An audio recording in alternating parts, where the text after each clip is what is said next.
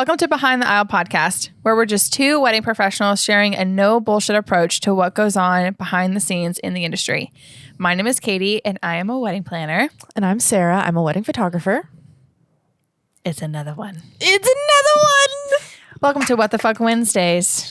Welcome, welcome, welcome. We obviously love all of our episodes as if they're our own little children. However, we do have a favorite child. We have a favorite. It's okay. You can have favorites. Absolutely. Welcome to What the Fuck Wednesdays, where essentially we are sharing y'all's grievances, your wedding stories, your literally what the fuck moments.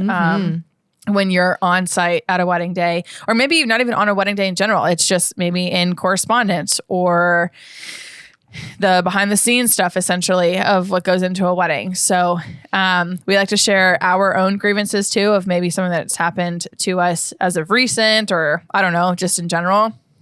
And then we also go ahead and take a look at the answers that you guys submit to us on our form that you can find on our website, behindtheaislepodcast.com. And we'll share with you a couple of stories that you guys submit to us. And then, of course, we want to keep the conversation going. So please tell us your thoughts on Instagram. We'd love to know. And then, then even further, if it inspires you, we want to hear more of your stories. Yes, we want to hear more of your stories because, see, this is really... This is fun. This is so much fun. And we can't keep this going without you guys. So for real, we have many agreements, but we really, really love hearing from you and opening up the discussion on some things. And Katie likes to use them as teaching moments. However, I like to just hear the tea. So I love education. Okay. Educating the others. It's so fun. Yeah. So please submit a story to us at behindtheaislepodcast.com. You can't miss it. It's literally one page. Just submit the form, and you can use this as a anonymous post if you would like, or if you are a badass, you can leave your name. You don't have to. It doesn't matter either way. So Katie, you want to start us off with your grievance? Yeah. Oh, and I decided that from now on, Katie and I are going to keep our grievances of our own to ourselves so that we can have a genuine reaction, previously discussed situation. So she doesn't Which know is mine. so hard because we literally talk to each other every day. I know. And so when something happens, you're the first person that so just don't tell me what your grievance is going to be specifically. I'm sure I've heard the stories of where it comes from, but I'm gonna I just want to know. I don't want to know beforehand. I like surprises. Okay, I like them. As for me, I do not. Don't do that to me. My anxiety would never allow it. This kind of surprise though is a good one. Yes, it is a good one. Okay, so mine is a tiny but mighty one. It is one as of recent. But mighty. Because did the entire wedding day come crumbling down? Did it have actually to this day, does the couple know? Nope. And their wedding went off totally fine without them knowing. I had a really great, very though labor intensive wedding as of recently. It's another one of those great fulfilling moments for a planner designer because it's where my entire design board literally came to reality, which obviously that's the whole point, but literally down to a T. It was just super labor intensive. Literally, what's 16 plus 12? Do we know? 16 plus 12? Yes. 8, 28? 28 days or 28 days. Shit. 28 days later. No. 28 hours of labor within 48 hours. That's pretty much how the whole entire thing went into it. But anyway, so we were at a venue that already had a dance floor, but the dance floor was just your typical mahogany, vinyl, wood, whatever have you. So bride really wanted a black and white checkered dance floor. Which is stunning. Yes, we love a black and white checkered dance floor moment. Ooh. Choking on air already. Woo! Anyways, and so the way that we were going to get around that was we were just going to wrap the dance floor. So just get the vinyl wrap and put it on a black and white checkered instead of obviously paying a shit ton of money to have the venue break it down and then have someone bring another black and white checkered in. It just would have made sense. And the venue was yeah, sure, you can wrap our dance floor. We don't care. And we're oh, great. This is wonderful. Save some monies, but also we get the vision that we want. I'm assuming this doesn't damage anything. Correct. Okay. Vinyl literally does not. I mean, depending on the material. So if you're wanting, Stop screaming into the microphone. I'm sorry. With these new headphones, I can hear everything. Literally every single thing, like even like the tiniest little breaths. So vinyl typically doesn't damage. It just depends on the material in and of itself. So if you're wanting to vinyl wrap literally anything, tell your couples that they have to ask somebody, ask the venue, whatever that you want to vinyl wrap, just ask them first, because vinyl can damage things. Just tread carefully, okay? Just don't start vinyl wrapping things that you're not supposed to be. We got the approval. Totally great, fine, all good to go. And come wedding day, vinyl wrap people show up. It's great. The black and white checkered dance floor is absolutely like chef's kiss. It looks beautiful. We also had in a full like icicle lights, like your typical like Christmas lights, like icicle lights hanging from the ceiling from above. Stunning. Thanks. It was beautiful. It was so magical. You also had like 7 million candles. I didn't want to say that candle again for this one, which is not going to happen. Although the wedding industry. I did just see a trend. It wasn't a trend, but it was a viral reel. It's a viral? I don't know. It doesn't matter. But somebody was stating that candles are going to be the next big thing because they're cheaper, quote unquote cheaper, depending on quote unquote cheaper. Yeah. Yes. Than big floral installations, but they still pack a punch. So that is literally one of my biggest advisements to my couples is that like candles will never go out of style. So romantic. It is very romantic, and it already elevates the design in so many different ways. You can have a little, you can have a lot. Like you can have minimalist, maximalist type of design with candles, and it still has really. It just does. I don't know what it is. Venue specific though. We have a lot of barns here. Please, tread carefully. So like with the whole candle situation, I'm always a big advocate, even if the venue were to say like, oh yeah, you can have open flame. I want you to have your flame enclosed personally, because just the thought of someone like reaching over and like catching their like suit jacket on fire. I don't freaking know. My anxiety would never allow it. Anyways, and also it's like super messy. Like if the wax like gets onto like linens and stuff, then you have to do a cleaning fee. It's disgusting if you like are the candle. It's a whole thing. I can really grievance is not about candles. No, it's not. Sorry. Anyways, so yeah, beautiful installation over this black and white checkered dance floor. All is well until the band shows up. Most bands are aware of the rule of when a dance floor has been wrapped, whether it's black and white checkered wrap, whether you have a custom monogram, just in general, if the dance floor has been wrapped, even further, even some bands won't even go over the dance floor at all when they're coming in and setting up, because most dance floors, and I'm not talking about like your actual like the flooring of like the reception space, like it's an actual like dance floor in and of itself. People won't step on it. It's just kind of like this like unspoken rule that you just don't step on the dance floor. It's respectful.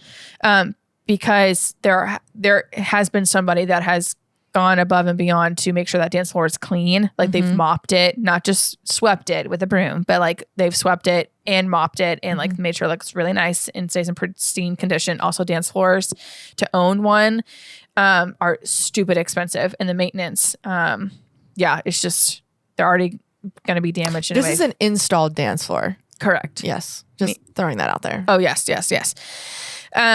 So band comes and it's time for them to set up. Most of the band members, again, they know the rule that they're walking around the dance floor, except for one band member.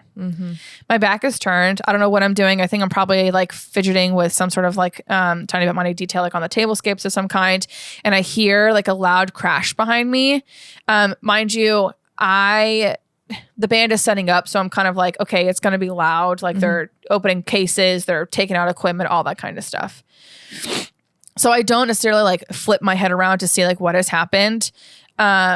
So I continue to fiddle with stuff, and then walking in like the room, and then I like just start walking by the dance floor, and in the corner of my eyeball, something is wrong. Something is different. And I turn my head down. There is a fucking giant ass like scrape Gouge like across the dance floor.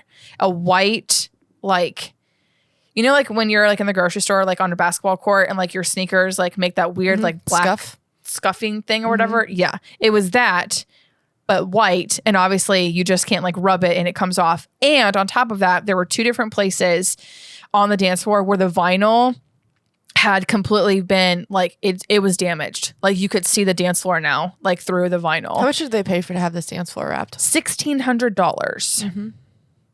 $1,600 just to have vinyl put onto a dance floor. That takes a lot of time and labor to put on, mind you. And on top of this, when this happened, the vinyl people literally just left 10 minutes beforehand. So they had already been there for like a good like 45 minutes to an hour, just wrapping the dance floor. They also wrapped our bars too, which was super cute. But I immediately...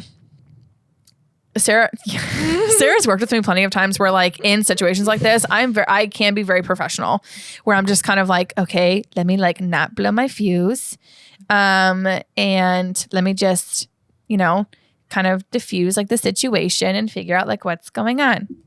But this was not that case. No, Sarah didn't work this wedding with me. But when I did tell her of this story, I did let her know that all of my professionalism went out the window. Like my immediate emotion was complete rage.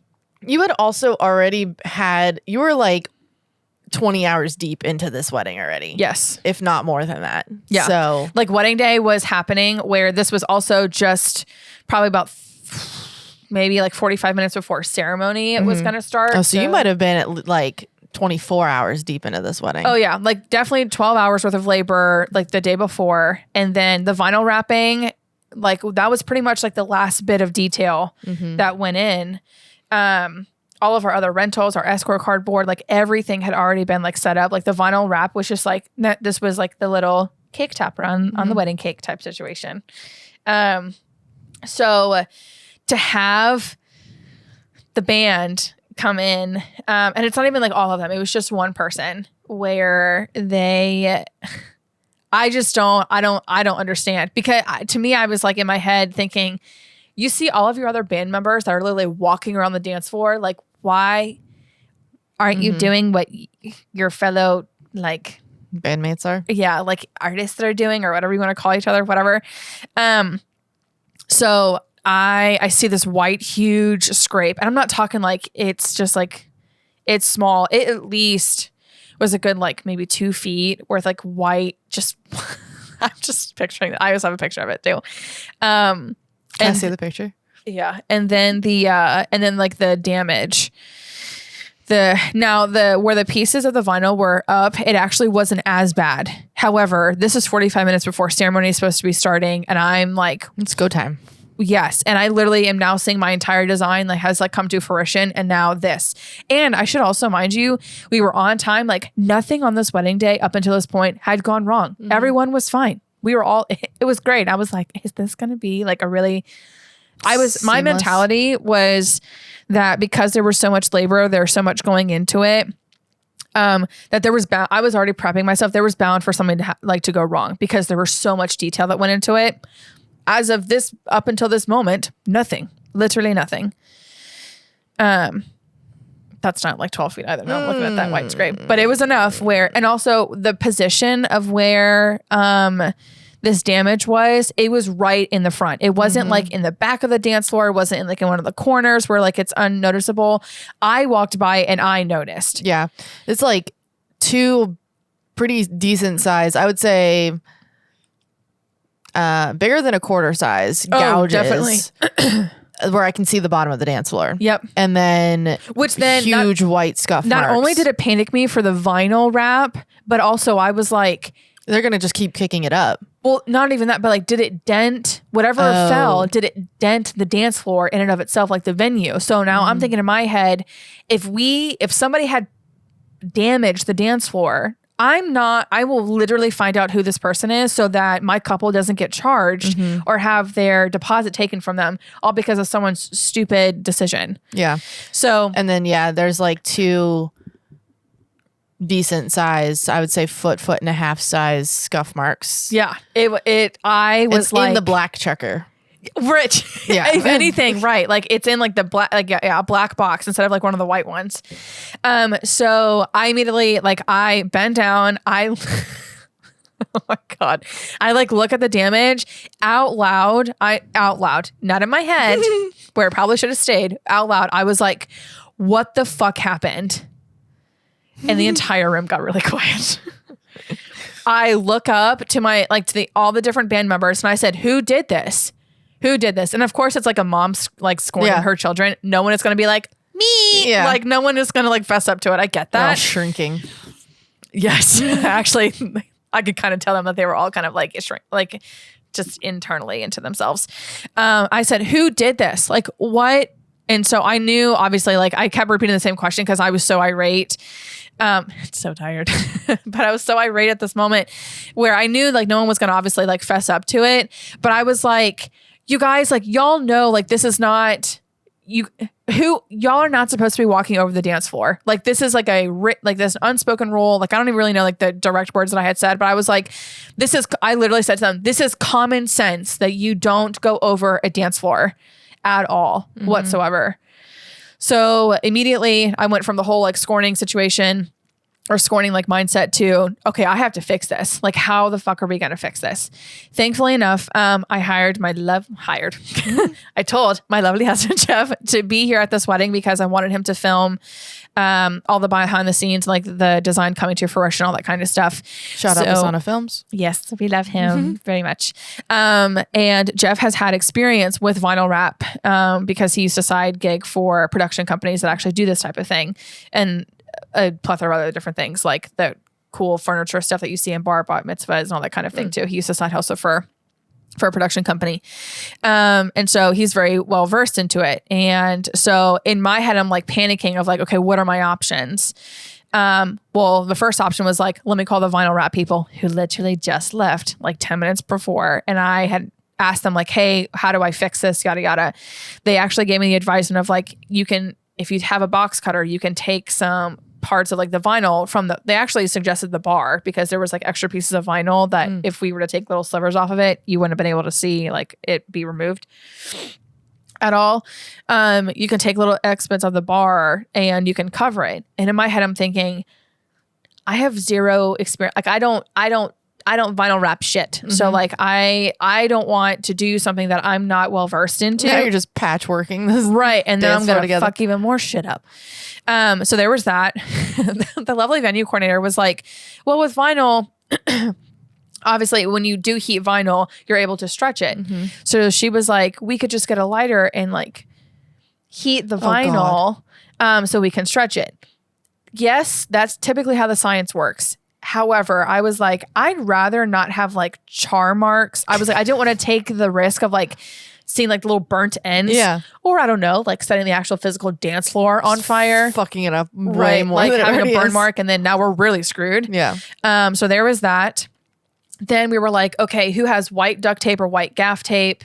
That sort of thing too. For the white skid mark that was there, I already like the solution was like black Sharpie. Where the fuck is a black Sharpie? So that we can just like color over it and it'd be fine. So then Jeff, my husband, was there and he was like, what if I just took a sliver of, again, he kind of repeated the same solution that the vinyl wrap people had, but he was like, I can just take a little sliver from like the corner of the dance floor, like you wouldn't be able to see it, and like patch it. All these different options. I was not doing the burning. Do you have an after picture? I don't. I don't. I just remember from vivid memory of like what it looked like. So I had said, okay, it was also in this moment too, where I had to start gathering like the bridal party and all that kind of stuff because ceremony was going to start then like 30 minutes, like kind of thing. And so I was like, okay, we just need to find like a quick solution. So I looked at Jeff and I was like, out of all the people here that I'm going to trust with a box cutter and like doing patchwork, it's going to be you, nobody else.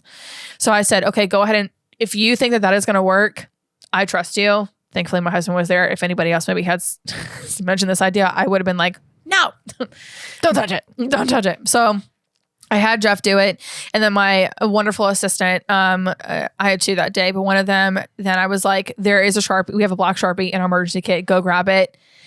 you got to get on your hands and knees, girl, and start filling it in. Literally start filling in the black. I felt so bad. I was like, but this is a wedding day.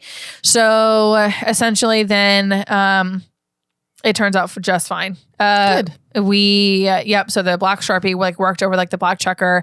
Jeff was able to take a little sliver from the corner of the dance floor, which you couldn't even tell that he taken anything. I was very confused because he was so proud of himself. He had the big, huge smile because he was like, watch, I'm going to make my wife so happy. He's like, do you see? And I was like, where did you take it from? And he's like, okay, see? And he's like, look, right here. And I was like, oh, you can't even tell. And then he walks me over to where the damage was. And he was like, do you see? And I was like, I don't know where the damage is. And he was like, yay. Yeah. So it all worked out just fine. The MC or the point of contact of the band did come up to me and profusely apologized because he hadn't been there when the whole entire incident had happened. He profusely apologized and he goes, if there's any damage to the dance floor, you need to let me know. I will pay for it. That's good. My guys, there was also women a part of this, but he just in general said my guys should they know better. I've reiterated to them again that no one should be walking on the dance floor. Mind you, I should also mention I was coming off of my anger and he was like, I can see that you're upset, but I'm glad we were able to fix it. And I said yes, and he's like, but they should know better. He was validating my emotions. He was like, they honestly should have known better. Good. Well, that was good. I'm glad it all worked out. I'm glad it all worked out, and I'm glad the couple has no idea also to this very day. Sweet. They have no idea. As they should. And that was the only thing that went wrong that day. Fantastic. Praise God. Love that for you. Same. So my turn. What happened to you? Nothing happened to me. Oh, that's good. This is just a grievance I have for the world. So this is actually very prevalent right now. So it's something that's everywhere. My grievance is the AI generative fill. Oh, that's my grievance.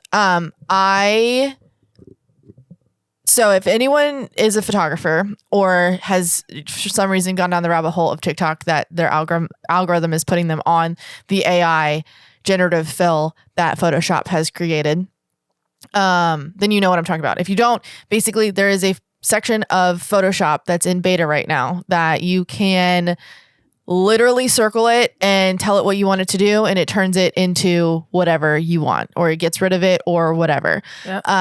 It's great. It's still beta, so there are some tweaks that need to be done to it. My grievance, though, is people are using this as a way to fix things that were not parts of the wedding. What? Yeah. So they are adding things or taking things out because you can. You can do it. If you do it right, you can do it. But the bride, the recent one, the reason I put this as a grievance is because I was seeing it more and more, but basically the bride didn't have a pretty hanger. So on the dress, so he circled the dress or circled the hanger, changed the hanger completely. And it looks like just a normal wooden hanger now. So people are using the AI to make things and put things into wedding days that are not parts of the wedding day, or part of the documentary of the wedding day as is. I personally think the AI is fantastic at removing objects that you may not want there, but let's not add things in or put them in random locations, or you can literally you can circle the couple, then select the background and put them in a completely different background. Wild. You can put them in the middle of Australia or on the side of a mountain or whatever it is you want to do. You can do that. Let's not do that. Because one, we are feeding into faking it for wedding days. And then you're kind of fucking yourself over, if I'm being honest, because once clients get a hold of the fact that all of this editing can be done seamlessly and easily, they're gonna ask you to do it. And they know that it can be done because it has been done. And it's put on the internet that these are the things that the AI can do. So not only are they going to then ask you to do it, they're going to try and fucking do it themselves. Oh. And they're going to start doing crazy shit with their photos. which I didn't even think about that. if you have a solid contract, that can be breach of contract.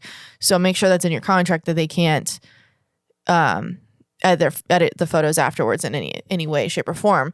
But you're going to start screwing yourself over if you start creating things that aren't really there, because people are going to start asking you to do that. We already get asked, can you make me skinnier? I was just about to say, like, y'all already like get asked, like, can you like take these? You like, can just Photoshop it out, right? That line. Yeah, oh my God. Can. Yeah, like I already hear that enough. So with this whole AI thing that's coming or happening right now, if y'all keep doing it, oh hell. First of all, technically, you're not allowed to use it for photos. You're not allowed to use it for paying customers right now because it's in beta. So when you sign up for it, you sign off that you acknowledge that you're not allowed to use this for commercial purposes as of right now. I don't know how many people are listening to that. But yeah, you guys keep doing it and it's just going to get worse. And we're already worried about AI in general. So let's slow it down a little bit. Okay? Yeah, just slow it down just a little bit. Yikes, bro. Jesus. Yeah. So I keep seeing that constantly of people just showing what AI can do. And it's cool. I'm also just thinking about like the amount of shortcuts that like people are going to take. Where then again, they're just going to like, now you're just willy-nillying photographing stuff and not even like trying to like learn the craft or like being detail focused, because you're just like, oh, I'll get it out later. You are adding so much time onto your workflow that you are not going to get back. I find myself doing that sometimes because I'm like, oh, I'll just get it out later. Like, because AI is super easy. You can just circle it and it's gone. But it adds at least another minute and a half per photo, which if you're banging out 800 to 1,000 photos, oh hell no, it's 1,000 minutes. Hell no. Yeah. Hell no. That I don't got. Also the whole like managing expectations situation, then now you're setting yourself up for like standards that I feel like nobody wants to follow through on. And then people are going to stop caring about what things look like because they can just fix it later. Hell no. No. Absolutely not. Yep. All right. So that was my grievance. We have a couple of people that wrote in, and I'm going to read them off to you. Mind you guys, I have not looked at these, so the reaction that you will be getting is thoroughly genuine. So this one's pretty fun. Oh God. Yeah. So Katie has not heard any of these or read any of these. I have, because I have no self-control. So this one is from a wedding planner coordinator. They would like to remain anonymous, so we don't have a name. Got it. And that is totally okay. So, oh God. Making this as short as I can, but once I coordinated a wedding that turned into a shitstorm. The bride and groom didn't want to spend more than what they could really afford, yet chose one of the more expensive venues. The couple also chose to DIY their flowers and choose the tacky fake ones. It was so ugly. The bridal party was also really wild. I remember the venue contacting me after the event because apparently there was vomit everywhere, the toilet clogged, poop all over the bathroom, the venue's bathroom. The jacuzzi was used as a place to shave legs. The headboard of the beds had muddy footprints, and the barn had red and blue smashed cupcakes on the floor that was stained. To top it all off, they contacted the bank for fraud when the venue charged them for the second half of their payment and disappeared from the face of the earth. Venue lost money and had to fix everything. That's the tea. What the fuck? That's juicy. Shaving your legs in a jacuzzi? Yeah, I would assume it's the bathtub, like a bathtub jacuzzi. Oh. Which, okay, but clean it. You nasty. Mud on the headboard. Wait, right. Poop on the floor. Muddy footprints on the headboard. What is happening? Muddy footprints on the headboard. So they're like laying on the bed, like their backs on the bed, and they're just putting their... Why are your feet muddy? Why are your feet on the headboard? True. What you doing? I mean, maybe I know what you're doing, but what you doing? But why are your feet muddy though? If you're doing that... I don't know. Then the poop on the floor. Yeah. Poop on the floor. Vomit everywhere. What? I've seen the Reddit, I've seen the smashed. First of all, okay. I love you all, but stop coloring your icing on your cupcakes and your cakes. Yeah. Let's not do that. It is a recipe for disaster on all fronts. Like, you got the blue mouth after that. you got a blue mouth, you got blue dresses, you got blue linens, you got blue dance floor. Yikes. Like, shit goes down that you're not even thinking about while people are drunk and dancing. And we're adding on colored icing now. I do love me a colored cake though. Damn. Okay, so I like a colored cake, but like, I feel like people are more likely to throw around cupcakes and like drop cupcakes and like smash cupcakes than they are an entire slice of cake. You know what I mean? Yes. Like, yes. I feel, and then it's a slice of cake. It's not like a whole top of buttercream icing. Yeah. So if you're having cupcakes, like, maybe forego The colored icing part. bright colored icing. Also, why red and blue? I don't know. I'm trying to think of an This answer. feels very 4th of July party to me, and I don't know how I feel about it. DIY flowers and using fake ones. That's a couple choice. That's not something we can really fix. But okay. The whole venue broke situation.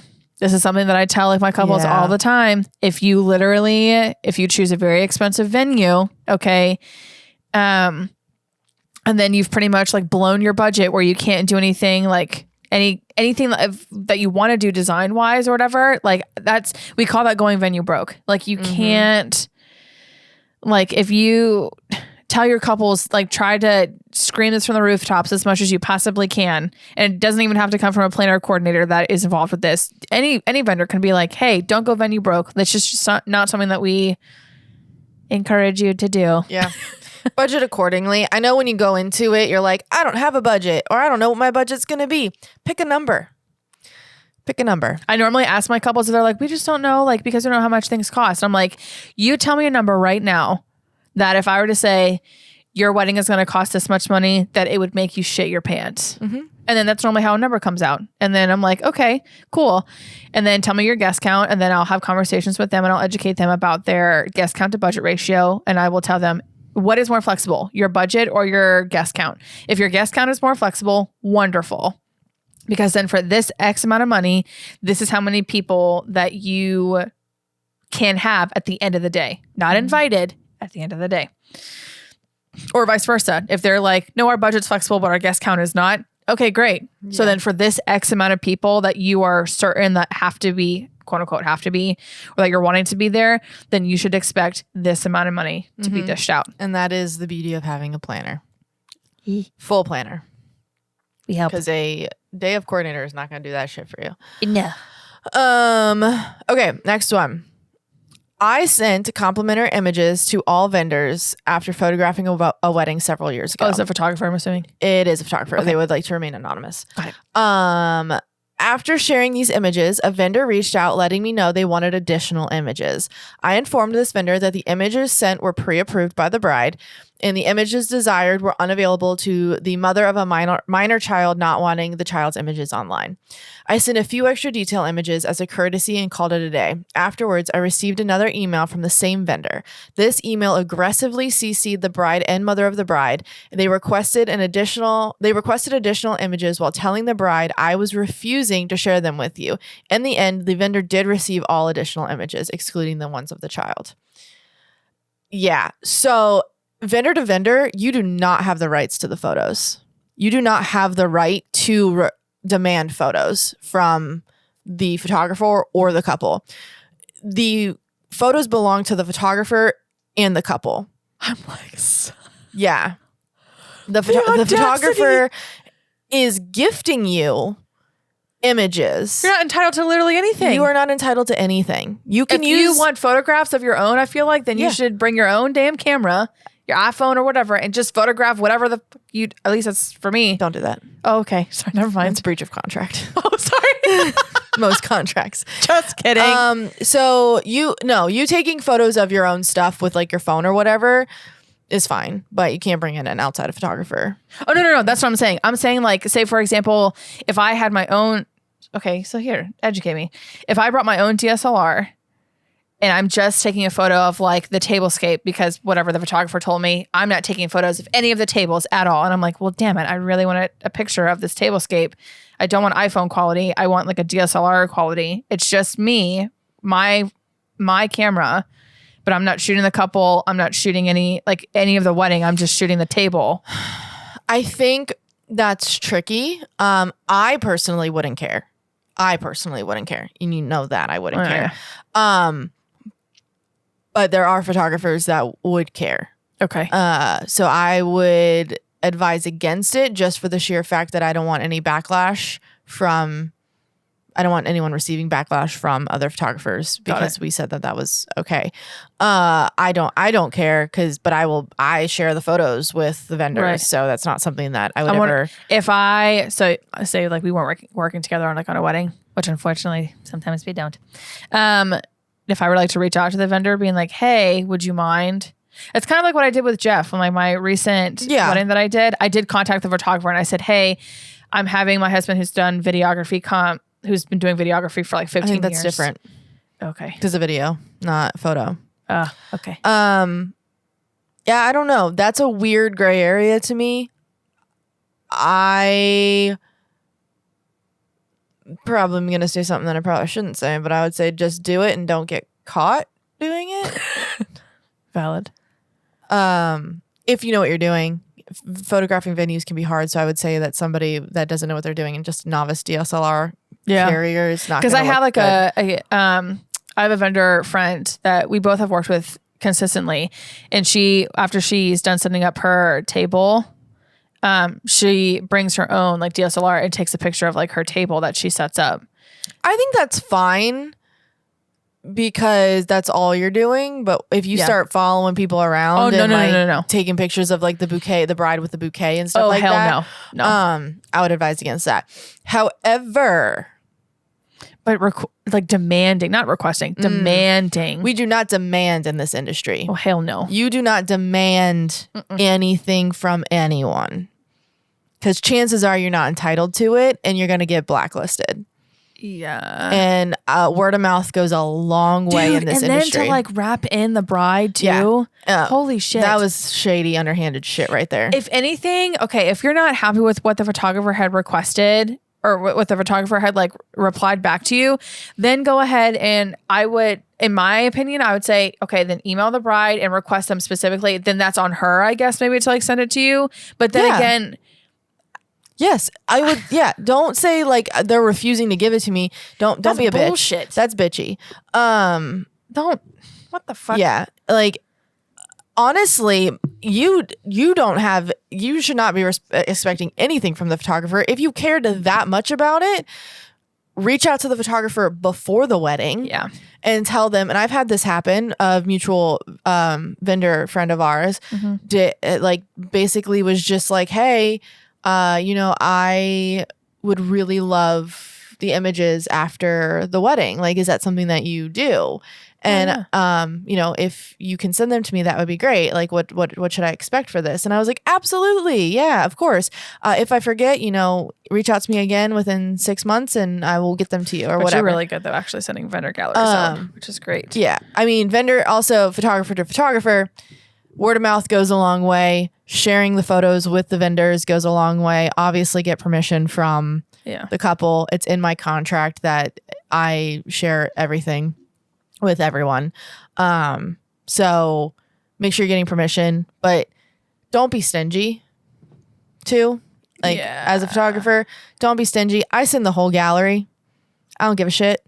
I send all. I've received vendor galleries where there's only like select few things. Why does that happen? So I've tried to do vendor galleries because I don't know that it's necessary for my style of photography. I don't do like really in-depth, like getting ready photos where they're like half clothed or like stuff like that. But there are some photographers that will photograph the whole, like documentary style, where they'll photograph the whole shebang. Okay. And I don't really think that all vendors need every photo or like to go through a gallery and like see things that maybe the couple doesn't really want seen. I don't photograph like that. I'm very modest with what I photograph. So I think it's very open to like you can see everything. But some people do it that way. To me, takes way too much time. I'm not going back through. That's what I thought. I was like, damn. And making a whole nother fucking gallery for you. Like usually just take the gallery and download what you want. Like there's nothing in there that's going to be harmful to anyone. That's, right. Whatever. So if you really do care that much, do a vendor gallery and share that with just the vendors. But that's what you get. You get what you get and you don't get upset. Yeah. So if you have issues, reach out prior to and be like, hey, having vendor to vendor communication and building relationships gets you a long way in this industry. Yeah, I agree. So don't be a bitch. Okay. I agree. Should I do a third one or we want to leave it at that? Do a third one. Okay. Do another one. Do another one. This will be the last one that we have that's new. So if you're hearing this, please share your stories. Okay. Actually, I think we have one or two more that we haven't read off, so we should be okay. This one is another anonymous, and this is a wedding planner / coordinator. I love these. This one's on you, Katie. Okay. Band riders. Which I did not know was a thing. Really? In this industry. No. Oh, I mean, yes. I knew it was a thing, but I thought it was like the Jonas Brothers, like, or like real, like, no. I'm sorry, but real, like. You're going to make our friends so mad. I mean, you're not real. I'm just saying like big time celebrities. I didn't know this was a thing. Okay, I'm sorry. I just had a band for September reach out and let us know that the band rider had changed. The new rider now demands cheese and crackers, hot coffee, and desserts replenished all evening in addition to their normal meal, which of course must be served during cocktail hour when catering is already doing the most.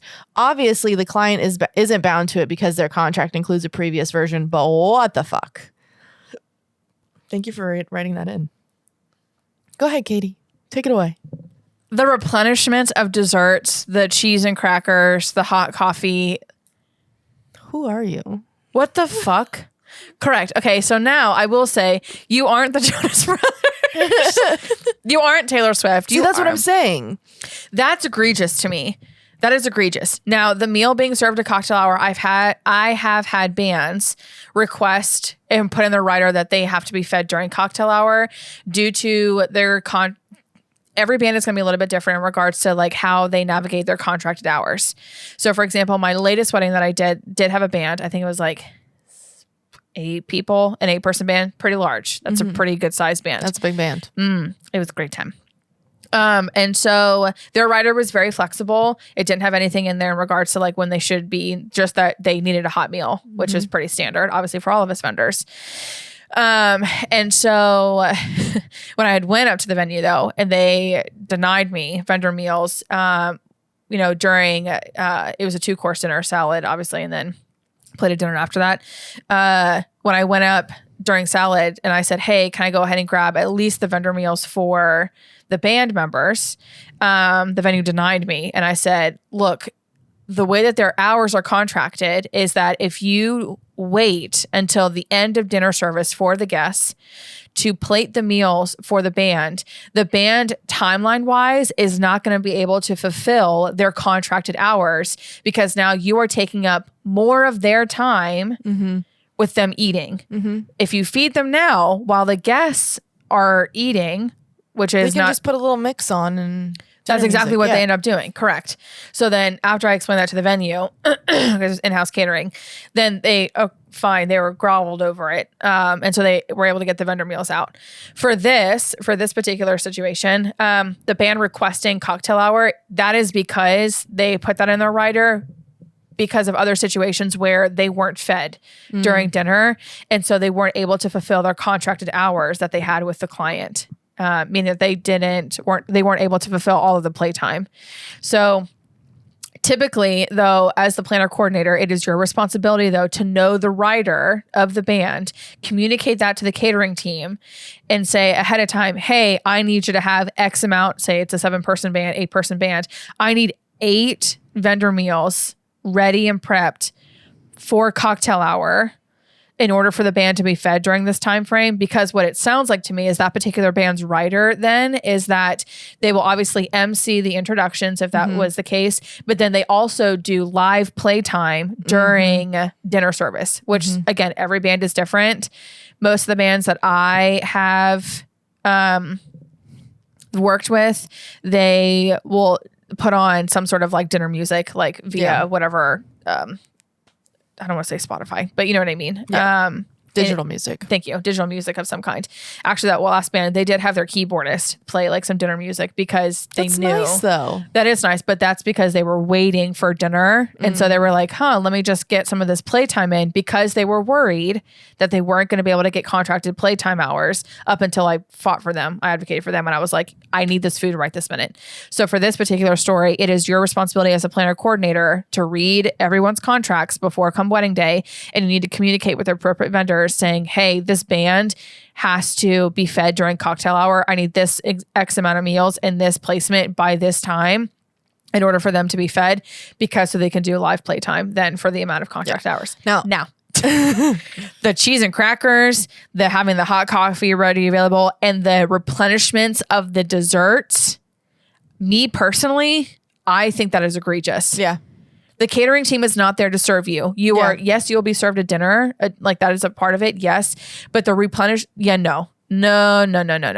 Absolutely not.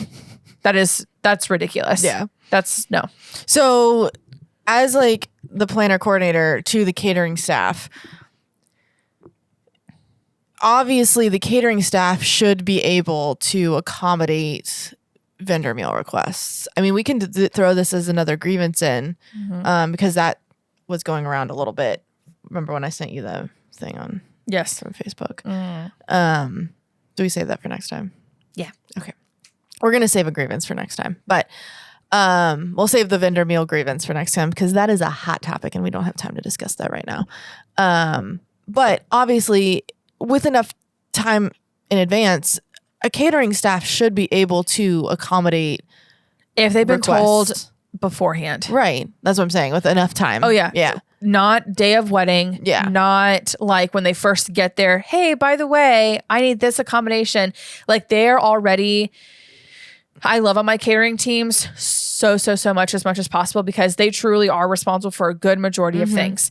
The setup, if the venue's not doing the setup or breakdown of like their in-house chairs or tables or whatever, if that's the caterer's responsibility. Same thing with ceremony setup. Some venues, here are your chairs, but your caterer is going to set this up for you. They're responsible for that. They're obviously responsible for making sure the bride and groom, the couple is being like taken care of in general. And then a plethora of other like different things as well. They know that they have to feed obviously X amount of guests that are going to be there. They know they're also responsible for feeding the vendors that are going to be there. So they can accommodate to some degree some things. But as a planner coordinator, it is my responsibility to give them as much heads up as possible, which is not 24 hours before wedding day, 48 hours. You need to be communicating like when final guest counts are due.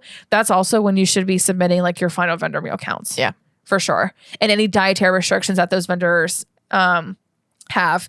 So on top of that, then you as a planner coordinator need to be requesting how many vendor meals, do you have any dietary restrictions or food allergies? Now, if that vendor does not disclose to you any kind of dietary restriction or allergy, that's not on you and it's not on the caterer as well. Honestly, would they maybe be able to accommodate last minute you going from a beef meal to a vegetarian meal? Potentially, but you can't expect that though. Yeah. And then of course, for those weddings that planner coordinators are not there, God bless you.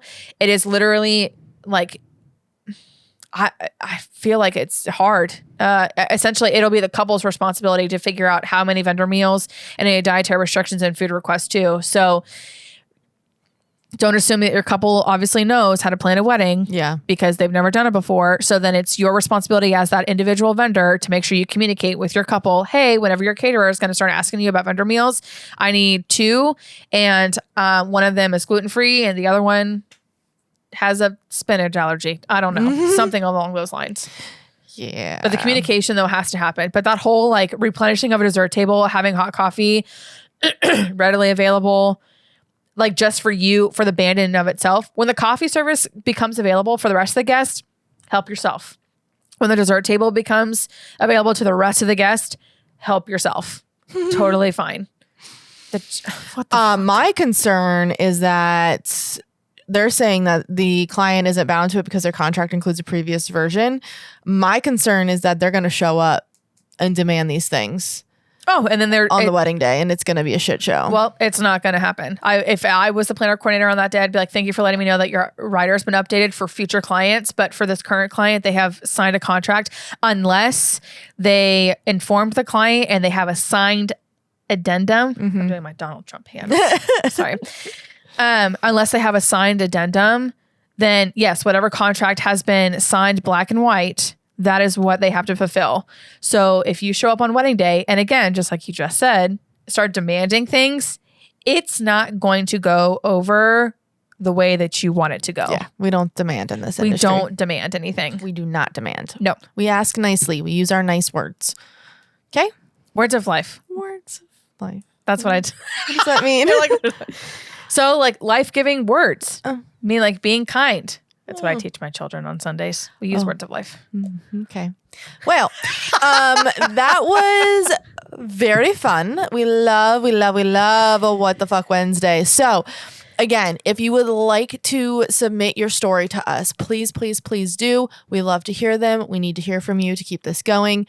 Katie and I can talk all day about our own grievances, but really the entire purpose of this is for us to hear from you guys. So please submit your stories to behindtheaislepodcast.com. There's a Google form there. You can remain anonymous or not. If you choose not to, that's cool. And it can be anything you want at all. So Katie, where can they find us on the interwebs? So you can find us on Instagram at Behind the Aisle Podcast. And then you can also, where you fill out that whole Google form is on our website. It is behindtheaislepodcast.com. Again, just like Sarah mentioned to you, fill out the form. You can be anonymous or not for our next version of What the Fuck Wednesday. And then if you want to follow me on Instagram personally, it is TILLYAND so Tilly and Teal. And then Sarah, where can they find you on Instagram? You can find me at Serendipity Photography. It is SARA, Serendipity spelled just like my name. And if you have not done so already, please follow us on Spotify so you never miss a podcast, and leave us a little review if you don't mind, because it makes our day and helps our algorithm, and we want to be heard. So we love you. Thank you so much. And we can't wait to see you on the next one. See you next time. Love you. Bye. Bye.